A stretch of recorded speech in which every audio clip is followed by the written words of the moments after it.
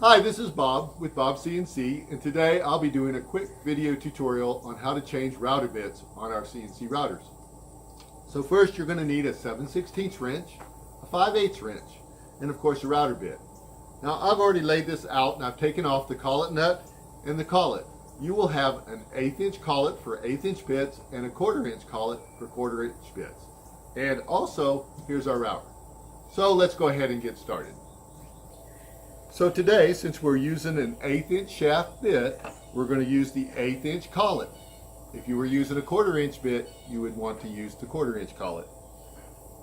Slide the collet into the shaft. Take the collet nut and just go ahead and spin that on until the shaft starts turning. Then you're ready to put the bit in.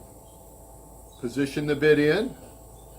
Take your 7/16 inch wrench and put it at the very top of the shaft. There's some flats for it. And your 5/8 inch wrench, and then go ahead and just tighten it down. That's pretty much it. To loosen it, it's just the opposite. Take your wrench at the top, the 7/16, your 5/8, and go ahead and loosen it.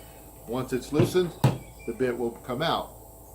Now you might notice that the collet, if you're changing from the 1/8 inch collet to the 1/4 inch collet, will get stuck.